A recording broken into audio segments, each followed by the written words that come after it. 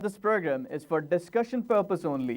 Business Plus TV or any of our anchor does not bear any responsibility or liability towards the content.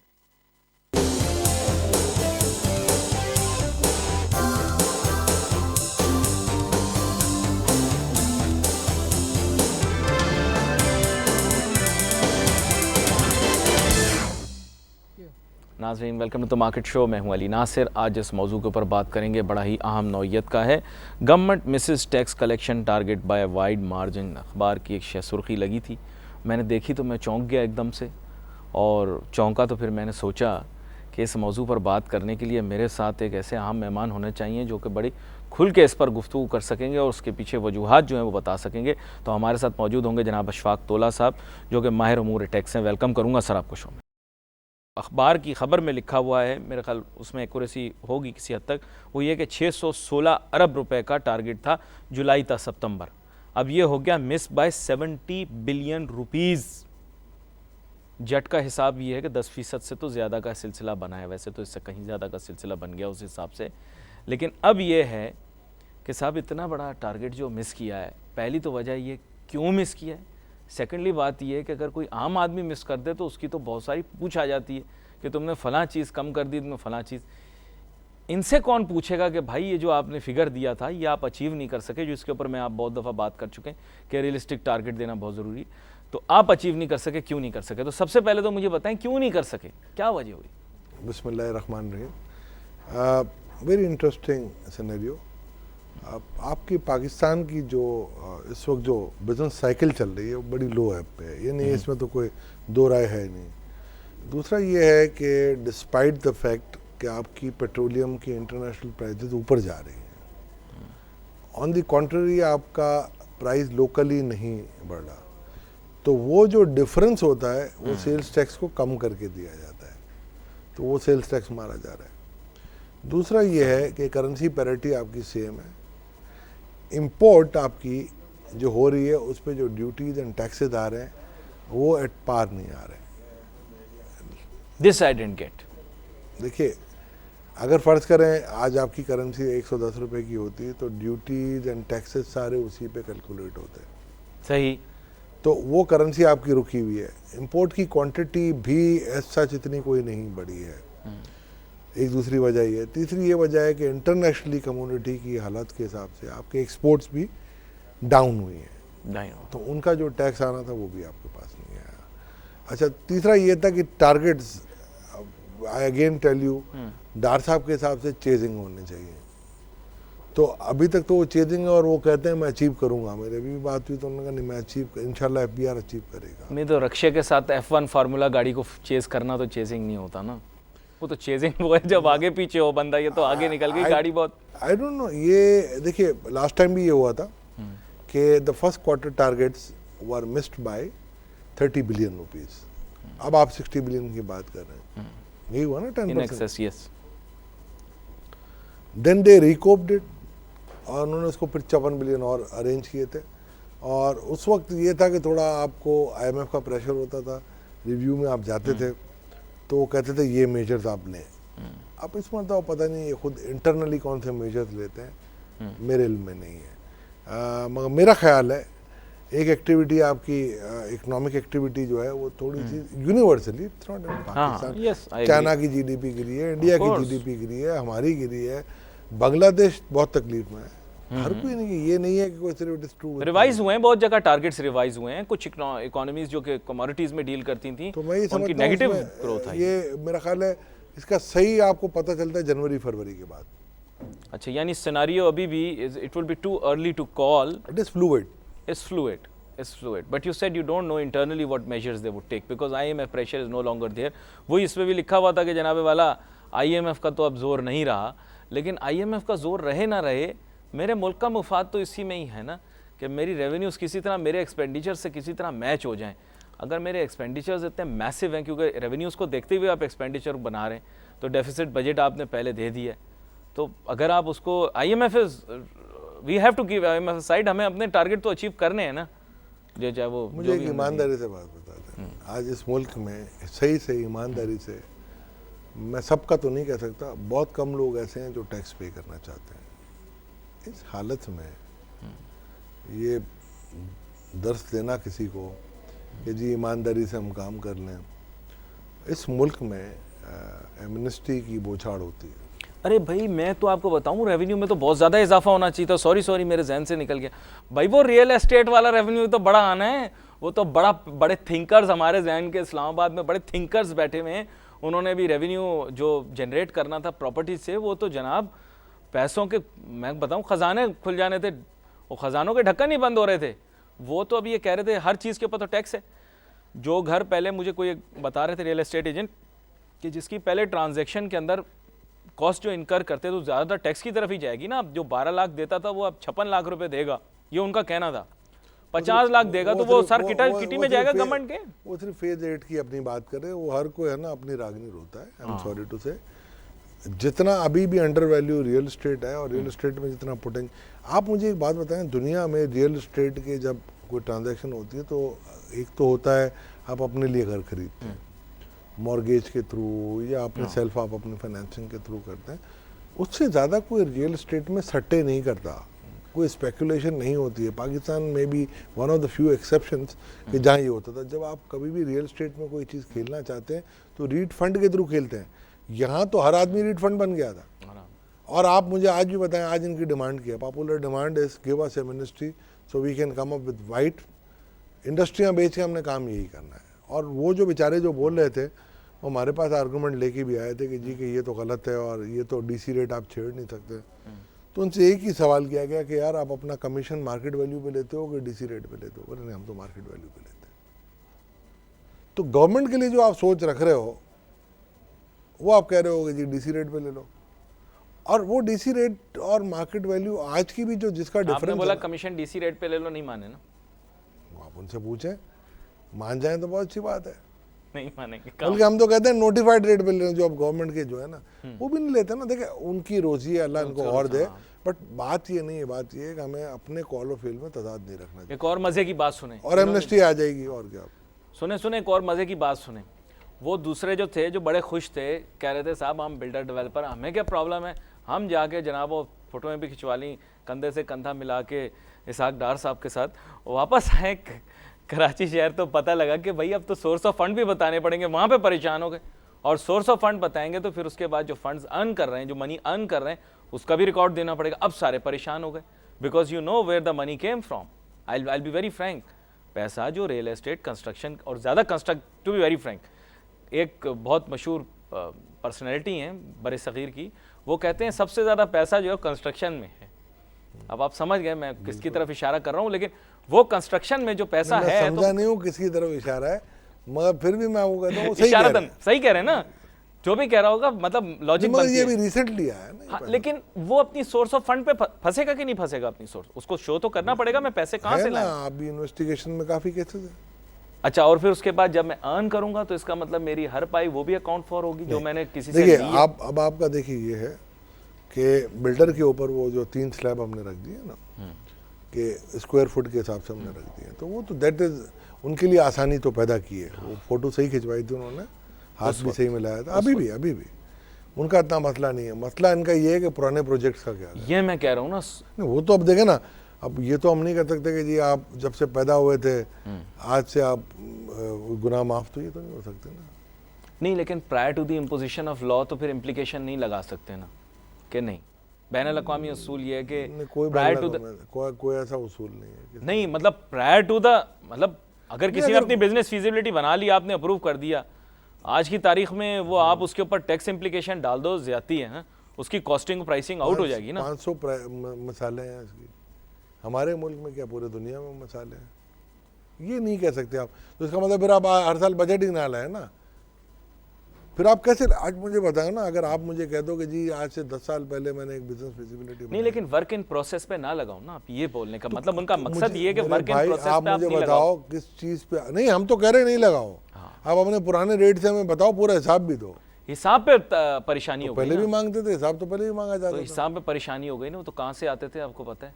मुझे नहीं पता। नहीं, मतलब ये है कि मैं वैसे बोल रहा हूँ कि अगर किसी के पास सबूत ना हो कि कहाँ से आते हैं तो जाहिर बात है फिर वो आपका ये यहाँ से पेमेंट होती है, टैक्स कट जाता है ना। जहाँ से भी आप कमाते हैं। उसूली तौर पर जहाँ से एट सोर्स कट जाती है। तो ठीक है, तो आपको हिसाब देना पड़ता है ना कि जी यहाँ से मेरे पैसे कटे तो ये मेरे बैंक। सर चलें मैं आपको बता देता हूँ, बात ये कि जो चैनल होते थे फंड्स जिस भी तरीके से, जब वो बेसिकली उनको वाइट करना होता था या उन पे ज़्यादा मुनाफा कमाना होता था तो कंस्ट्रक्शन की तरफ डाइवर्ट कर दिए जाते थे। ये बिल्डर लगते तो बड़े खूबसूरत हैं, बहुत अच्छे हैं, बड़ी बड़ी गाड़ियाँ चलाते हैं, लेकिन ये 4% या 5% के पार्टनर हैं उनके साथ, परसेंटेज की बात कर रहा हूँ। बेसिकली तो इन्वेस्टर्स और होते हैं ना सर, तो अब इन्वेस्टर्स की इन्वेस्टमेंट खुल के सामने आ जाएगी, सोर्स बता दी तो फिर उनको भी जाके पकड़ लेंगे आप, और उनको पकड़ के भी बोलेंगे तुम्हारी सोर्स क्या है। ये मसला है ना, ये तो नहीं होगा, ये होगा कि ये नहीं होगा, होगा तो ये मसला आ गया ना।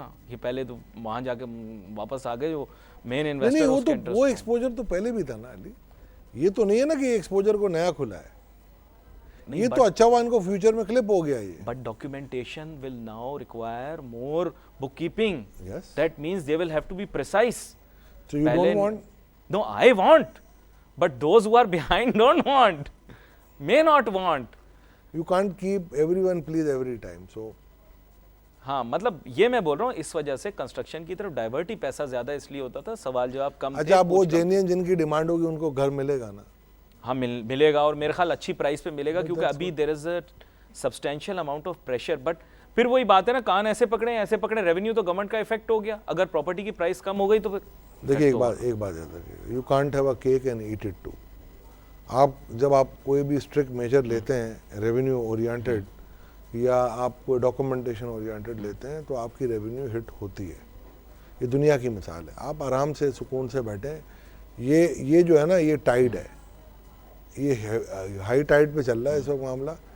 ये जितने भी स्विमर है ना वो सब स्विमिंग सीख लेंगे। अच्छा मैं एक वैसे बता रहा हूँ, 7 to 8% अगर हम कैलकुलेट कर लेते हैं टैक्स लायबिलिटी आप प्रॉपर्टी ट्रांजैक्शन के ऊपर, नहीं वो टैक्स लायबिलिटी नहीं तो है। आपने वो रेवेन्यू में तो शो नहीं हुआ ना, तो शॉर्टफॉल हो गया। इससे ज्यादा तो ट्रांजैक्शन हुए होंगे ना इस टर्नओवर में। नहीं सर, उसमें ये हुआ था, मैं आपको बता देता हूँ। पंजाब में डीसी रेट के इतने इशू नहीं है, उनका डीसी रेट और आपका जो नॉर्मल रेट है उसमें हार्डली 1.5 टाइम्स का फ़र्क है। सिंध के अंदर और स्पेसिफिकली कराची में और स्पेसिफिकली डिफेंस में और स्पेसिफिकली फेज 8 में 15 लाख का 500 गज का प्लॉट था और वो अब हो गया 1 करोड़ रुपए का, बिकता था 5 करोड़ रुपए का। अब वो सारा पार्किंग लॉट बना हुआ था आपका। मुझे समझ नहीं पड़ती, मेरा ख्याल है 5800 कोई घर थे उसमें, और मेरा ख्याल है 58,000 ट्रांजेक्शन हो चुके होते थे। ओपन प्लॉट पे भी तो है ना, उनको करोड़ रुपए हमने वैल्यू कर दिए। अब किसी के 40 प्लॉट थे, किसी के 50 प्लॉट थे, ये है ना। अब वो 40 प्लॉट अगर 15 लाख के हिसाब से आप ले लो तो 6 करोड़ रुपए वाइट आपके पास हो तो आप पूरे पाकिस्तान की गेम कर सकते हो। हाँ तो ये हो रहा था ना, मैं ये बात पहले टीवी पर अब उनको ये कहा जा रहा है ना कि भाई अब आप एक काम करो, आपके पास जो इन्वेंट्री थी जून से पहले की आप वो बेचो करोड़ रुपए की या जो भी आपका वैल्यू है टेबल पे, और आप उसमें जो कैपिटल गेन टैक्स बनता है अगर 3 साल से कम अरसे के आपके हैं तो आप पे करो। This money is white. No, but they are the Buyer नहीं है। the transaction take place Buyer in very नहीं है। unique, yeah, but the transaction take place in very unique fashion. Buyer नहीं है ना साहब। नहीं, उसमें transaction also takes place in very unique fashion. Sometimes you're holding on the property for longer, however the transfer date is of much later. See, so they, sir ये तो है ना, तो करना पड़ेगा ना। ठीक है, अब जैसे मैंने आपसे लिया, I kept circulating, let's say for as long as I could, but after that I got it transferred. You know how the process अब works. देखिए दूसरा ये हुआ है तो now I will have to immediately transfer. नहीं, बीच में एक और इशू हुआ था कि सिंध गवर्नमेंट की वजह से एक ट्रांसफर रुकी हुई थी। वजह से मतलब को गलत बात मैं नहीं कर रहा, मैं कि उनको एक नोटिफिकेशन इशू करना था कि जो आपका FBR रेट है वो सिर्फ विदहोल्डिंग टैक्स और इनकम टैक्स पर्पसेस के लिए, और बाकी जो रेट होंगे वो डीसी रेट के हिसाब से आपको पे करने हैं। ठीक है ना। अच्छा, रजिस्ट्रार अपनी अपनी इंटरप्रिटेशन कर रहे थे सारे। एंड में अब ये बात तय हो गई है और सिंध गवर्नमेंट ने पिछले जुमेरात को, ये नहीं इससे पिछली जुमेरात को नोटिफिकेशन इशू कर दिया। Now it is a smooth selling. 350-400 फाइलें ट्रांसफर हो चुकी हैं तो वो आएंगी। प्रॉपर्टी मेरे नज़दीक कोई इतना बड़ा इशू नहीं है from tax perspective, but it is more of documentation, so it's not more जो tax मैं नहीं समझता। your interpretation is there are various अपना opinions about it। मेरा ओपिनियन है आप डॉक्यूमेंटेशन को ठीक करो, टैक्स पे पकड़ो। चलें, we'll delve on some other revenue issues as well। यहाँ पर एक छोटा सी ब्रेक लेते हैं, ब्रेक के बाद वापस आते हैं और अपनी गुफ्तगू जारी रखेंगे।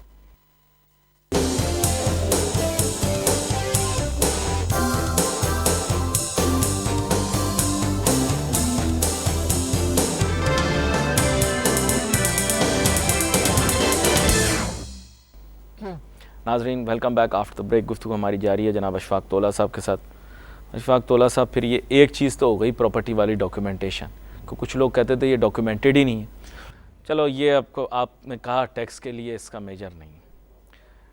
स्टॉक में इतनी तेज़ी आई, सॉरी इन्वेस्टर हमारे देख रहे हैं, स्टॉक में इतनी तेज़ी आई, क्या कमा लिया आपने वहाँ से, क्या कमा लिया? मतलब रोज़ मैं देखता हूँ आज तो तमाम ही रिकॉर्ड तोड़ दिए, बोला 41,000 पॉइंट को भी क्रॉस कर दिया।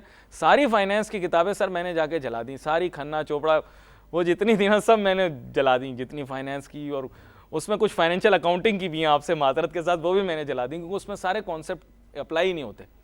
लेकिन जो भी है, जो हकीकत है वो ये है कि market is right now virtually out of control. आपने CGT लगाई विद ए व्यू कि आप डॉक्यूमेंटेशन भी करोगे, लेकिन किसी स्टेज पर जाकर तो उसने रेवेन्यू इम्पैक्ट देना था।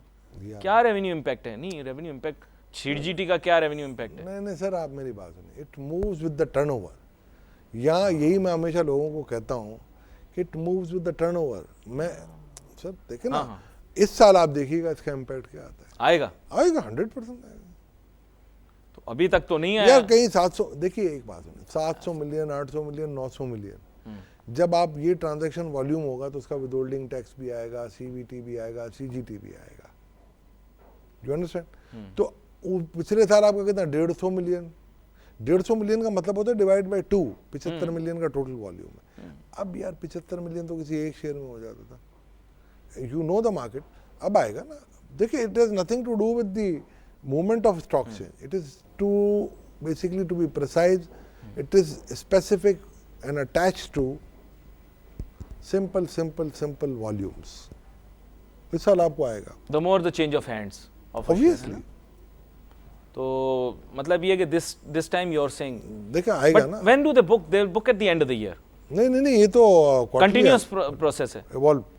तो इसमें अगर ये ब्रेकडाउन दे दें तो हमें पता लग जाए अभी CGT का, मुझे अभी पता नहीं इसमें, लेकिन कुछ ना कुछ तो आया होगा इस पर। रिकॉर्ड ये तो मेरा ख्याल है BR में बहुत डीप डाउन जाके पता चलता होगा कि किस सेक्शन के तहत कितना आया।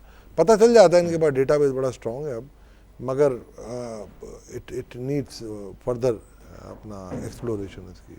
अच्छा, another very, I'd say very tricky subject here is agricultural income tax.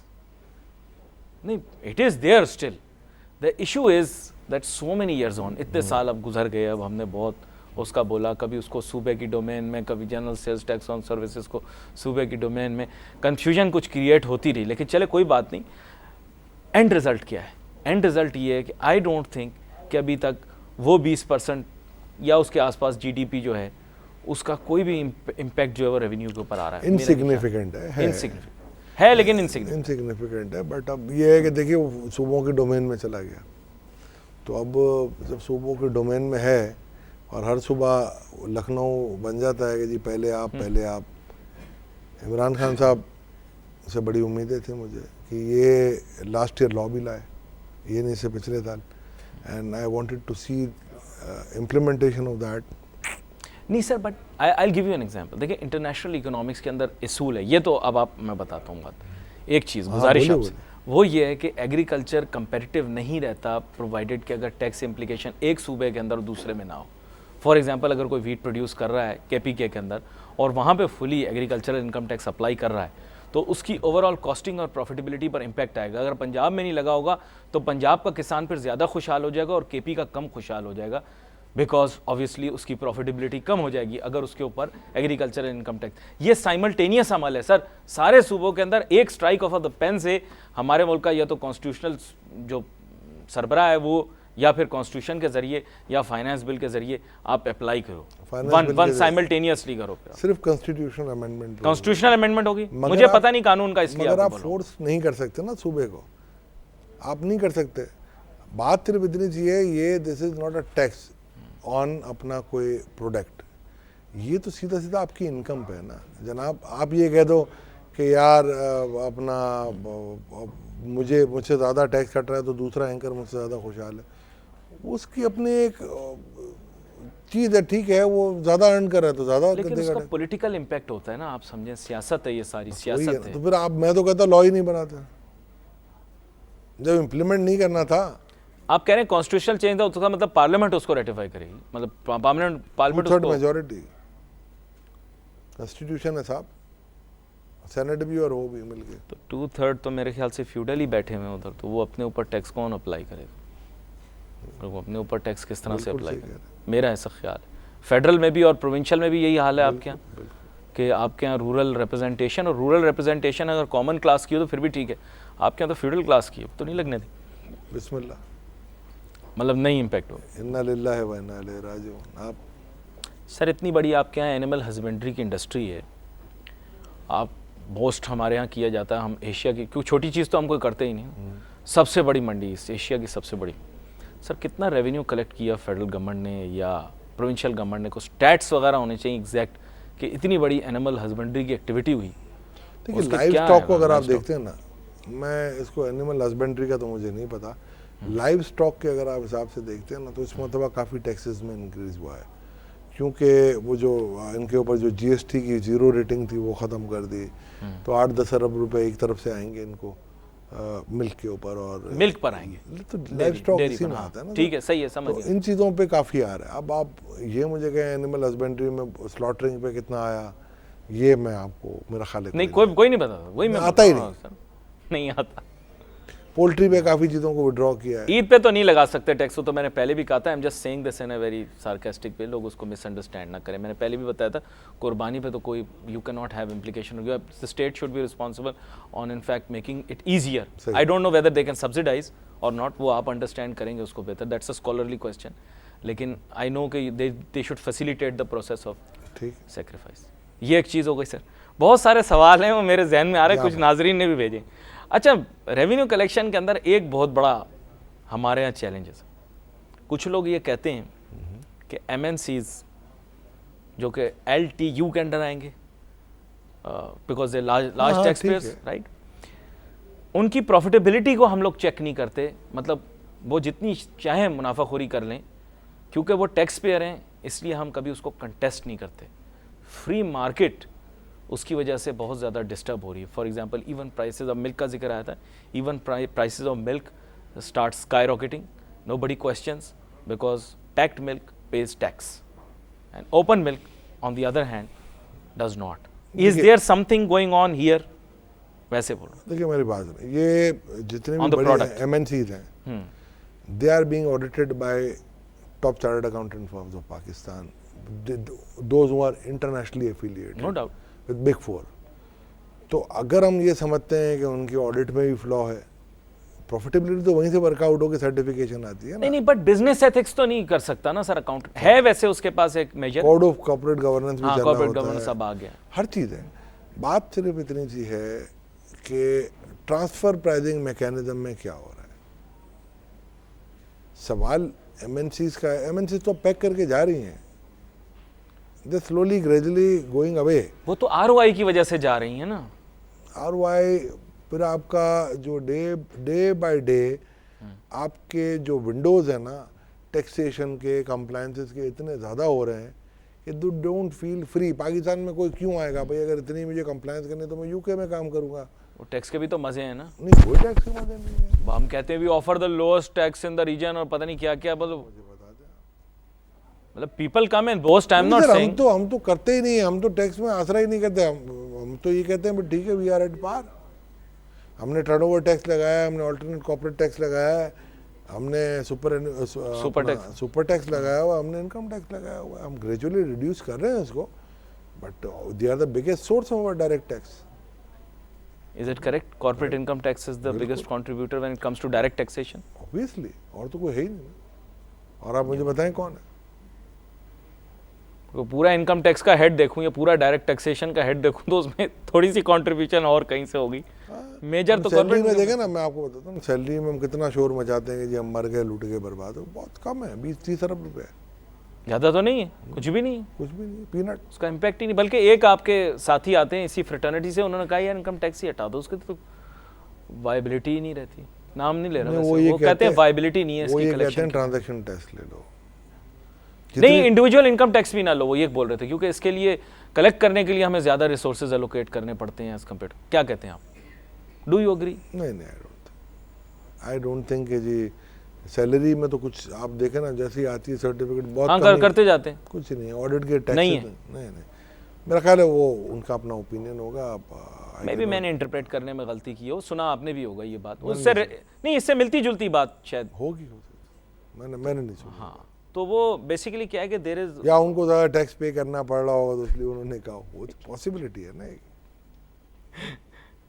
पता नहीं, बट इट फ्रैंकली स्पीकिंग अगर उसकी कंट्रीब्यूशन बहुत कम है और अगर उसकी नहीं, वजह से है। डिस्पोजेबल इनकम लोगों की बढ़ जाती है, तो डिस्पोजेबल इनकम बढ़ने से लोगों के पास ज़्यादा इकोनॉमिक एम्पावरमेंट आ जाएगी, तो फिर सैलरी आप क्लास के पास। कैस्केडिंग कर देना, टैक्स की ज़रूरत क्या है? जो ट्रांजैक्शन करोगे 1% टैक्स ऐड कर दो, तो जितनी मनी इन सर्कुलेशन है उस पर टैक्स लगता जाएगा। नहीं, वो फिर गलत नहीं है ना फिर? नहीं, वो तो रिग्रेसिव टैक्स तो है। फिर आप दूर से अब जो एस्टेब्लिश प्रिंसिपल थे उनसे क्यों हट रहे हैं? हाँ, ये भी एक एस्पेक्ट है फिर। वही है ना, देखे ना आप, मुझे कड़वा थू और मीठा गप तो नहीं करूँगा ना मैं। अच्छा, then why people are not keen if the slab is low and everything, then why individual people are not willing to pay income tax? Or it will just make things even easier for them. कोई ऐसी amnesty नहीं लाई जा सकती जिससे आप, क्योंकि wealth would be actually the compounded impact of your income. आप अगर मुझे एक ऐसा रिलैक्स्ड इनकम टैक्स रेजिम दे दो, यानी मेरे रिटेलर को भी, मेरे दुकानदार को भी, मेरे हर एक को, मेरे सर्विस प्रोवाइडर को दे दो वॉलंटरी कंप्लायंस टैक्स स्कीम, उससे ज़्यादा पूरी दुनिया में कोई अच्छी स्कीम नहीं बना सकता था। क्या असर किया आपके रिटेलरों ने? हम बैठे होते थे, बोले जी 10 लाख रिटर्न तो हम भरवा देंगे आपको, 10,000 मुश्किल से भरे गए। किसकी आप बात करें? इंडस्ट्रियलिस्ट इतना शोर करता है कि जी हमें अलाउ करें।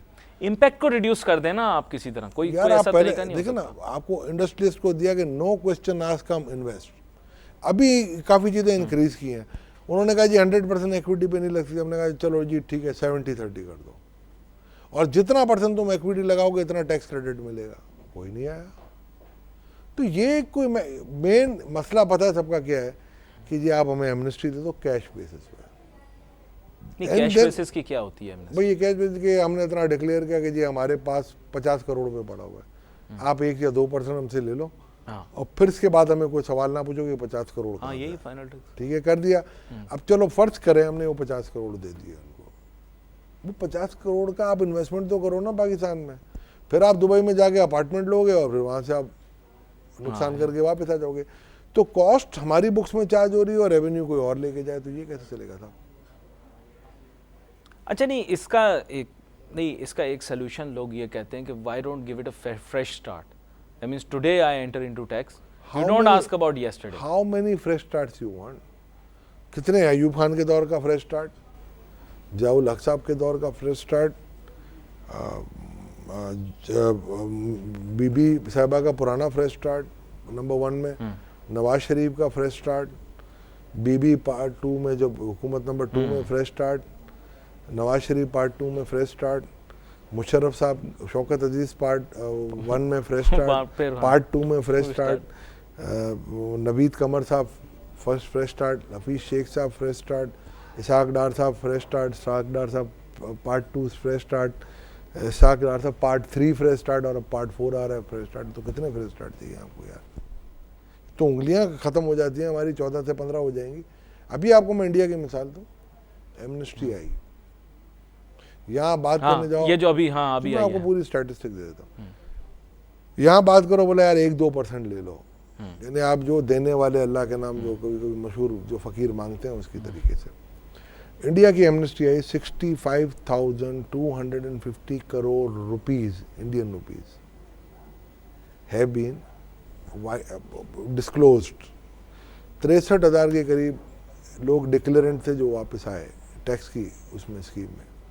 30,000 crore taxes have been collected. The average rate is 46%, 45.97%. ये एमनेस्टी नजर आती है। परसेंटेज कितनी निकली उनकी, उसकी total 46% tax, 46% tax on the undeclared amount. ठीक है। इंडोनेशिया पार्ट 1 में आ रही है, रिपेट्रिएट करके लेके आओ, बाहर जो है ना वो लेके आओ।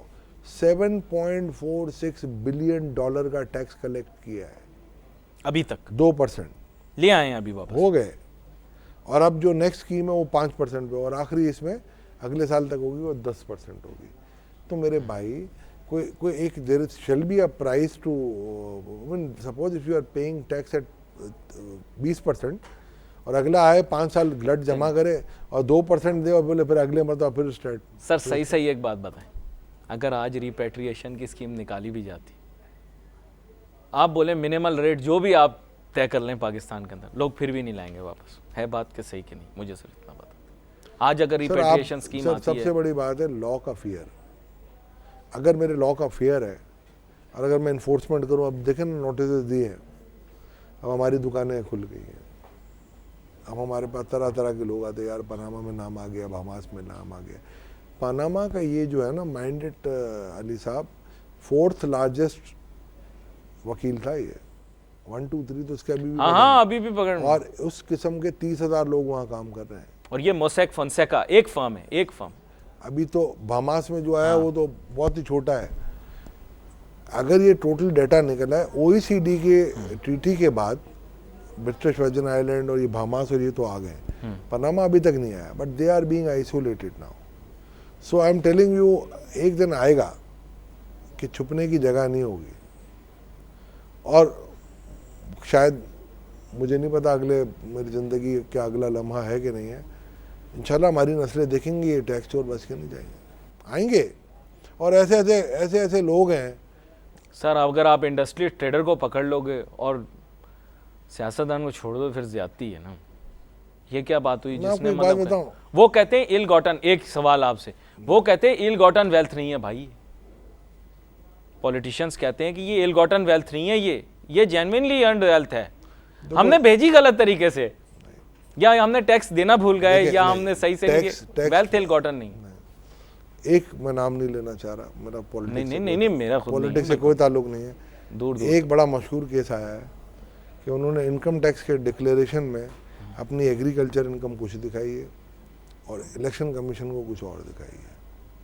तो सादिक अमीन तो नहीं रहा, वो 62-63 में फारिग है वो। अकाउंटिंग एरर, वो कह रहे हैं अकाउंटिंग एरर है, बुककीपिंग एरर। सुन ले, अलोन उसका इम्पैक्ट जो टैक्स का, जो मेरी ऑफिस की वर्किंग है, वो 1 से 1.5 अरब रुपये आता है।